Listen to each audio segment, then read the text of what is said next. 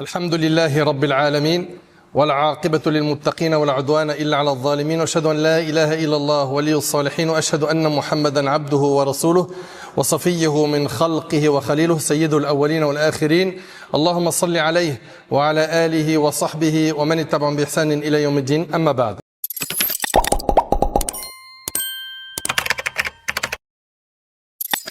Chers frères et sœurs, on a vu dans notre dernière khutbah la puissance du Coran et à quel point il a touché les cœurs des non-musulmans à l'époque du prophète sallam. On avait évoqué ensemble pas mal d'histoires montrant que quelques versets ont suffi pour que des personnes qui combattaient l'islam, qui associaient Allah, deviennent des musulmans. La question qu'on avait posée à la fin de la khutbah, c'était pourquoi est-ce que nous, on n'est pas autant touchés par le Coran lorsqu'on le lit, lorsqu'on l'écoute. Hélas, nous vivons une époque où malheureusement, nombreux sont ceux et celles qui ne sont pas impactés par la parole d'Allah subhanahu wa ta'ala. C'est-à-dire quoi? C'est-à-dire que tu leur récites un verset, ils écoutent le Coran, ça leur fait pas d'effet, ou peu d'effet. Illa man rahim rabbi, sauf ceux à qui Allah a fait miséricorde. Mais pourquoi est-ce qu'on en arrivait à ce constat? Pourquoi certains écoutent le Coran ou le lisent et ça leur fait pas d'effet? Alors que c'est ce livre qui a fait que certains ont combattu l'islam, étaient loin d'Allah, sont devenus, plus tard quoi, des grands compagnons. Khalid ibn al-Walid, à Uhud, il a tenté plusieurs fois de tuer des compagnons et le prophète sallam. Il devient l'épée d'Allah. Il se convertit à l'islam, mais il ne devient pas n'importe quel musulman. Hind, qui va se convertir à l'islam. Abu Sufyan se convertit à l'islam. Subhanallah. Ikrim ibn Abi Jahl, Safwan ibn Umayya. Et la liste est longue. Des gens qui n'étaient pas des musulmans, qui étaient des ennemis déclarés de l'islam, ils se sont convertis. Le Coran leur a fait énormément d'effet dans le cœur. Et il faut qu'on se pose cette question. Pourquoi le Coran ne fait pas autant d'effet dans mon cœur? Pourquoi? Et la réponse se trouve dans 4 causes pour synthétiser cela. Premièrement, c'est parce qu'on s'est trop éloigné de la lecture du Coran. On s'est éloigné de ce livre. Certains vont l'ouvrir que pendant Ramadan. Et en dehors de Ramadan, il prend la poussière. Le fait de t'écarter du livre d'Allah fait en sorte qu'il n'aura plus d'impact ou peu d'impact sur ton cœur. Ça, c'est une cause. C'est pourquoi le prophète sallam, le jour du jugement, se plaindra à Allah. Imagine-toi, la plainte, elle vient de qui? De Rasulullah, celui que nous aimons plus que nos parents, plus que nos enfants, plus que les richesses de ce bas monde. Le prophète sallam se plaindra le jour du jugement de cet abandon du Coran. وَقَالَ الرَّسُولُ يَا رَبِّ إِنَّ قَوْمِ اتَّخَذُوا هَذَا الْقُرْآنَ مَهْجُورًا. Le messager dit, Seigneur, mon peuple a vraiment délaissé ce Coran. Allahu Akbar. C'est une plainte qui vient du prophète sallam. On l'a délaissé. Deuxième cause qui fait qu'on n'est plus touché ou pas assez touché par le livre d'Allah, c'est la maladie du cœur. La maladie du cœur, le cœur est devenu malade. Par quoi? Par les péchés. Et ces péchés, malheureusement, sont devenus un obstacle. Un obstacle qui fait que tu n'es plus impacté, plus touché par le livre d'Allah subhanahu wa ta'ala. On doit donc se repentir sincèrement de nos péchés, revenir vers Allah subhanahu wa ta'ala, et éloigner ces péchés afin de voir les effets du Coran dans notre cœur. Allah Ta'ala dit Inna fi dhalika la dhikra liman kana lahu qalb aw alqa as-sam'a wa huwa shahid. Il y a là une exhortation pour celui qui est doué de raison ou qui prête attentivement l'oreille à l'exhortation. Troisièmement, ce qui a fait en sorte que le Coran n'impacte pas ou peu certains, c'est quoi? C'est le fait d'être trop occupé par les plaisirs de ce bas monde. Il y en a pour eux sur 24 heures, ils trouvent pas 5 minutes pour ouvrir le Coran et lire. Ou leur application sur le smartphone, l'application du Coran et lire. Sur 24 heures, t'as pas ouvert le livre d'Allah? Est-ce que tu trouves ça normal? Est-ce que tu sais de quel livre il s'agit? C'est le livre d'Allah, c'est la parole d'Allah. Allah notre maître, le créateur. Celui qui nous ressuscitera le jour du jugement. Celui devant qui on aura des comptes à rendre. Allahu Akbar. T'as pas eu le temps pour le livre d'Allah? Mais il y a un problème. Il y a un problème de priorité dans ta tête. T'as le temps pour le sport, t'as le temps pour manger, pour te reposer, pour aller à l'école, pour travailler, pour faire de l'argent, pour faire plaisir à tes amis, pour voir tes amis, pour surfer sur les réseaux sociaux. Ça, t'as le temps. Mais dans tes 24 heures, t'arrives à dire que t'as pas eu le temps d'ouvrir le livre d'Allah.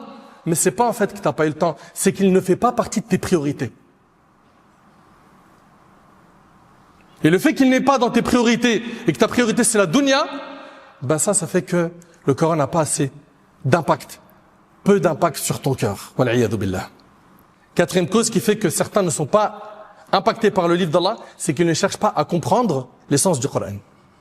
On l'a à la maison, on le respecte, certains vont le lire, ils vont même lire beaucoup, et ils vont l'apprendre, et mashallah, tabarakallah, un tajwid exceptionnel, makharij huruf, le respect des règles de lecture très très bien, mais il comprend rien de ce qu'il a appris, de ce qu'il a lu.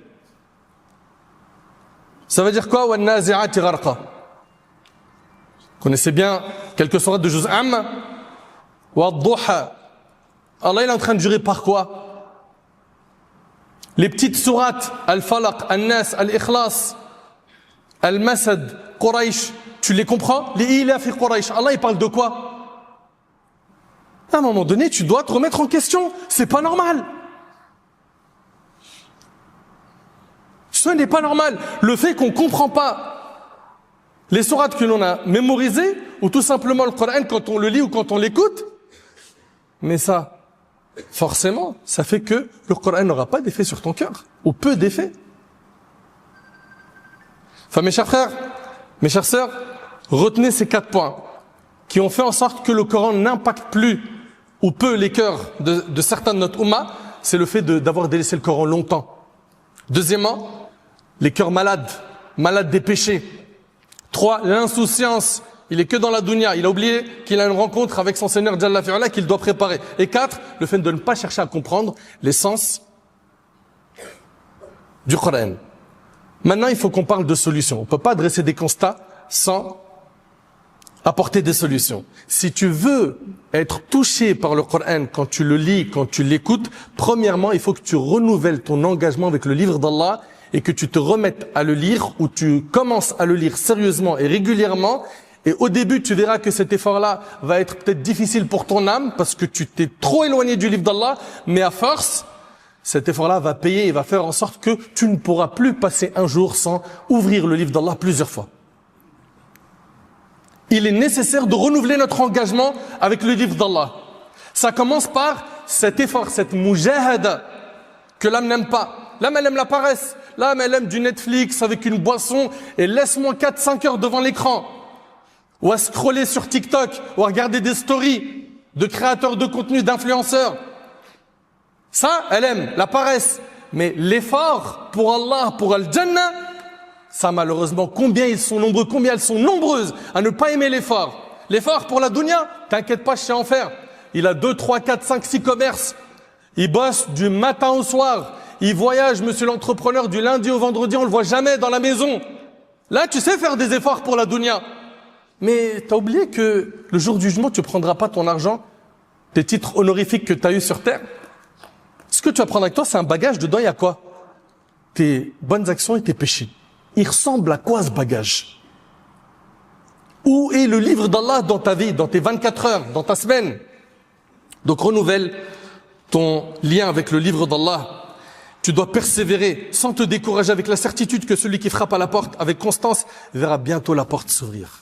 Deuxièmement, toi qui veux ressentir le Coran, il faut impérativement que tu gardes en tête que quand tu lis le Coran, Allah est en train de s'adresser à toi. Allah subhanahu wa ta'ala, il s'adresse à toi. Ressens cela à travers chaque verset, chaque sourate que tu lis. Allah me parle. Allah m'exhorte. Il s'adresse à toi. Car en réalité, c'est un discours venant de lui, à ton égard, transmis par la langue de son bien-aimé Mohammed sallallahu alayhi wa sallam.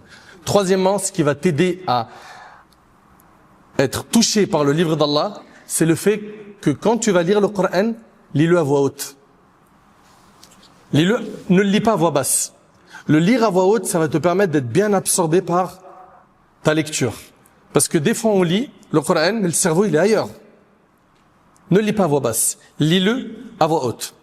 lorsqu'on demanda à Ibn Abbas, radiallahu anhuma, comment le prophète sallallahu alayhi wa sallam récitait la nuit, il répondit, il récitait dans sa chambre et ceux qui se trouvaient à l'extérieur pouvaient entendre sa récitation. Lis le Coran, mais à voix haute. Ça va t'aider. Également, ahbab al-kiram, méditez-le. Cherchez à comprendre son sens. Est-ce normal que on ait aujourd'hui des maisons de musulmans, des foyers de musulmans et de musulmanes, où on n'a pas un seul livre qui explique les versets du Coran? Et là, le Coran, en arabe ou en français.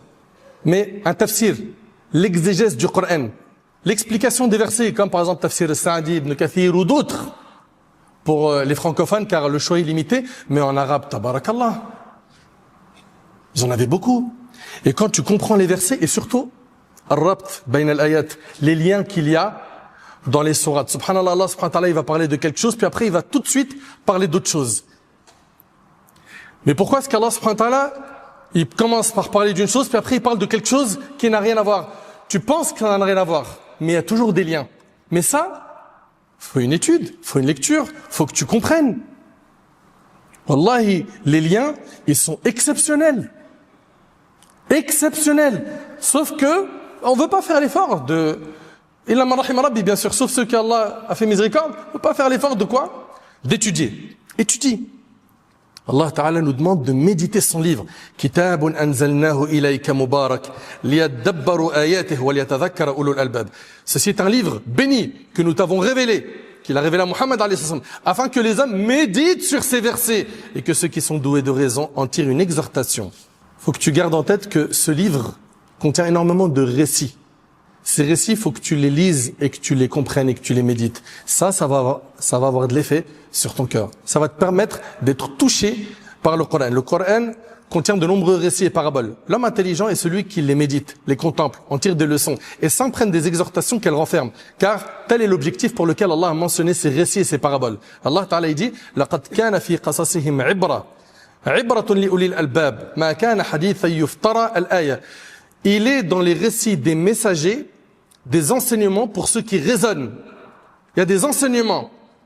Allah tabarak wa ta'ala dit wa tilka al-amthalu nadribuha lin-nas la'allahum yatafakkarun. Telles sont les paraboles que nous proposons aux hommes afin qu'ils les méditent. Également, parmi les choses qui vont t'aider à être impacté par le livre d'Allah, c'est le fait que tu te concentres plus sur sa compréhension et sa mise en pratique que sur la manière dont tu dois bien réciter. Certains vont se concentrer sur le tajwid, donc c'est la manière de bien réciter le Coran. Ils vont exceller dans ce domaine, c'est très bien. Mais ils vont accorder tellement de temps à ce point qu'ils vont négliger le plus important des points, c'est quoi? De comprendre et de mettre en pratique le contenu du Coran. Donc faites attention, ne tombez pas dans ce piège où vous n'êtes pas équilibré. C'est-à-dire quoi, ne pas être équilibré? C'est-à-dire, tu donnes tout le temps au tajwid et zéro temps à la compréhension du livre d'Allah. Non. Donne le temps bien évidemment au tajwid pour bien réciter, bien corriger ta lecture, ta récitation, mais concentre-toi sur sa compréhension pour pouvoir le mettre en pratique. Et le dernier point qui va t'aider à être impacté par le livre d'Allah, c'est que tu puisses le réciter la nuit, dans tes prières, dans Qiyamul Layl. Dans le fait de prier la nuit en récitant le Coran. Ça va t'aider à bien réformer ton cœur, à le laver. Tu vas ressentir l'impact du Coran en le récitant la nuit.